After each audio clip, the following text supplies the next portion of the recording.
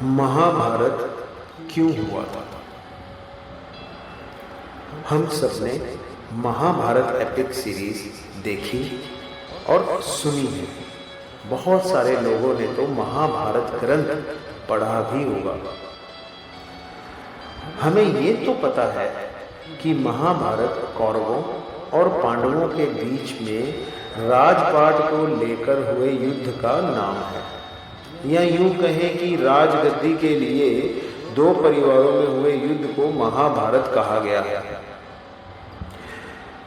परंतु सोचने वाली बात यह है कि इसका नाम महाभारत ही क्यों पड़ा या रखा गया? ये युद्ध हुआ ही क्यों? कौन था जो चाहता था कि ये युद्ध हो? इस युद्ध के बाद किसका फायदा हुआ? बहुत सारे ऐसे प्रश्न हैं महाभारत को लेकर। परंतु बात सच्ची है कि महाभारत का महायुद्ध हुआ था धर्म क्षेत्र कुरुक्षेत्र में। इस सबके पीछे जो मेरा मानना है कि इस सब जंजाल के पीछे प्रभु श्री कृष्ण जी का चक्र था। श्री कृष्ण चाहते तो ऐसा कुछ होता ही नहीं, पर प्रभु तो फिर प्रभु ही हैं। उनकी लीला अपरंपार है। वो कहते हैं ना, हरि अंत हरि कथा अनंता। चलिए कुछ मूल प्रश्नों के उत्तर ढूंढते हैं, जैसे कि महाभारत का असली नाम क्या था? ये महायुद्ध हुआ ही क्यों? क्या मैसेज था इसके पीछे जो प्रभु सारे ब्रह्मांड को देना चाहते हैं? महाभारत ग्रंथ का जो मूल नाम है, असली नाम है, वो है जय संहिता। चूंकि भरत वंश के राजाओं की कथा है, तो इसलिए ये भारत या महाभारत कहलाया। महाराजा भरत, जिनके वंशजों के बारे में विष्णु पुराण में कहा गया है कि वो एक विशेष क्षेत्र में रहते थे। माना जाता है कि महाराजा भरत दुष्यंत और शकुंतला जी के पुत्र थे और कौरवों एवं पांडवों के पूर्वज। यही बात महाभारत व्याख्या भी करता है, जो भरत वंश के बीच युद्ध का वर्णन करता है। अब एक प्रश्न और आता है कि महाभारत लिखा किसने? महाभारत की कथा महर्षि पराशर के कीर्तिमान पुत्र महर्षि वेद व्यास जी की देन है। महर्षि वेद व्यास जी ने सबसे पहले ये कथा अपने पुत्र शुकदेव को कंठस्थ कराई थी और बाद में अपने शिष्यों को। मानव जाति में महाभारत की कथा का प्रसार महर्षि वैशंपायन के द्वारा हुआ है। बहुत सारे लोग यह नहीं जानते कि महर्षि या महर्षि वेद व्यास जी ने तो केवल महाभारत का वृतांत किया था, इसको कलमबद्ध किया था या लिखा था श्री गणेश जी ने।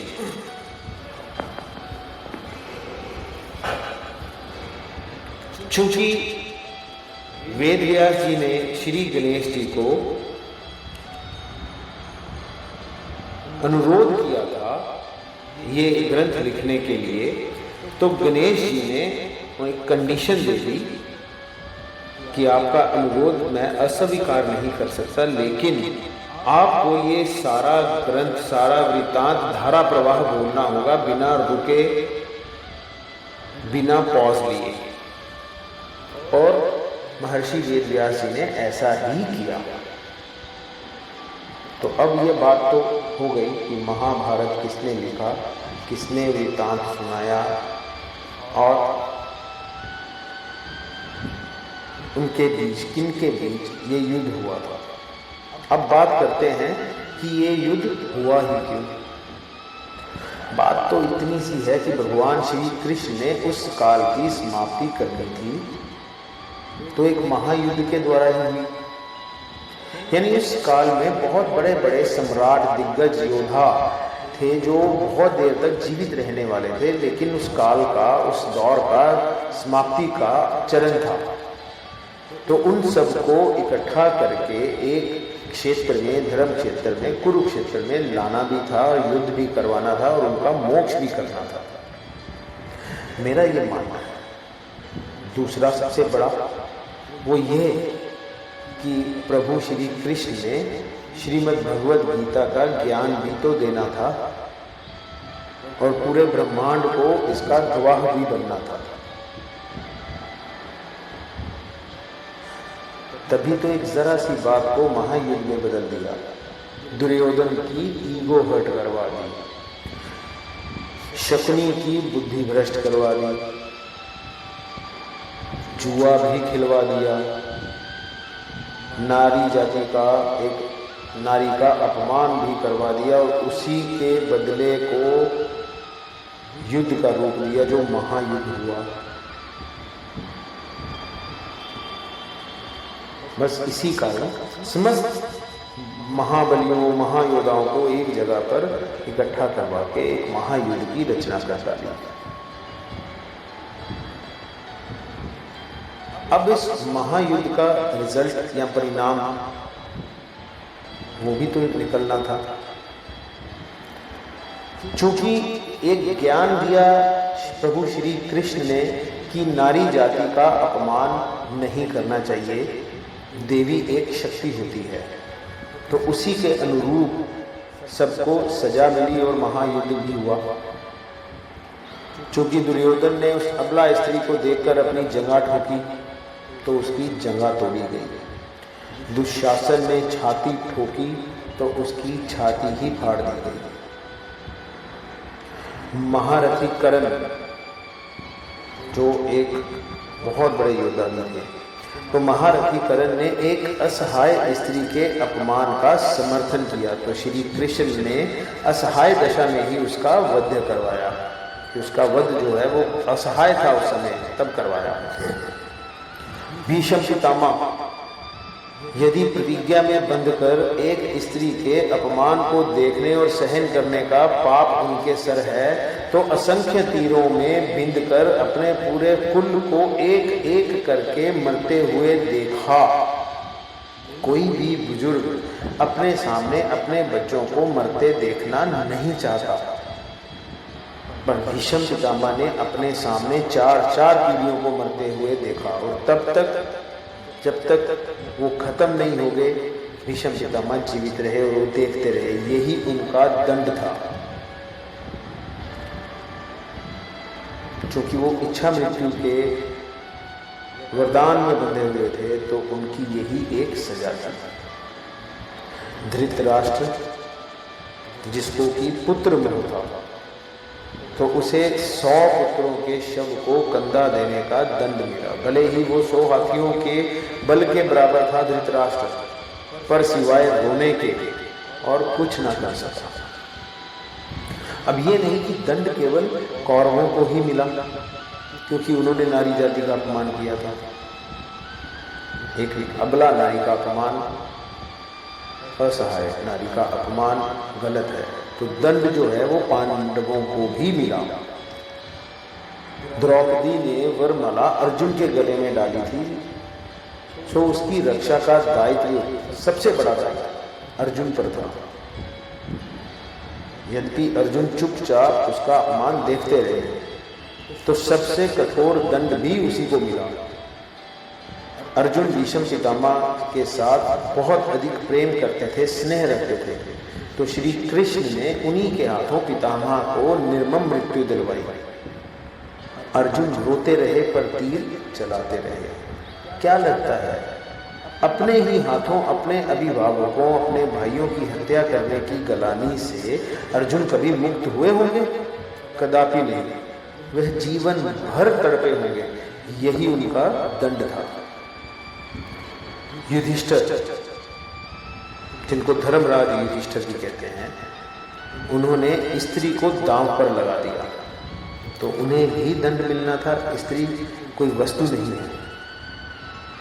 तो श्री कृष्ण ये कहते हैं स्त्री को अपमानित नहीं करना।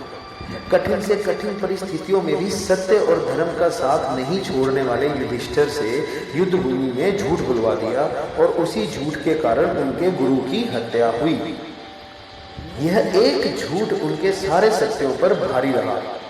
धर्मराज के लिए इससे बड़ा दंड और क्या हो सकता है।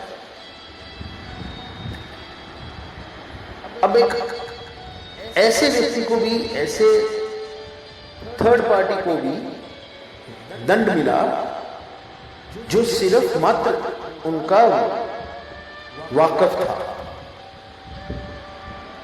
दुर्योधन को गदा युद्ध सिखाया स्वयं बलराम ने, श्री कृष्ण जी के भाई ने।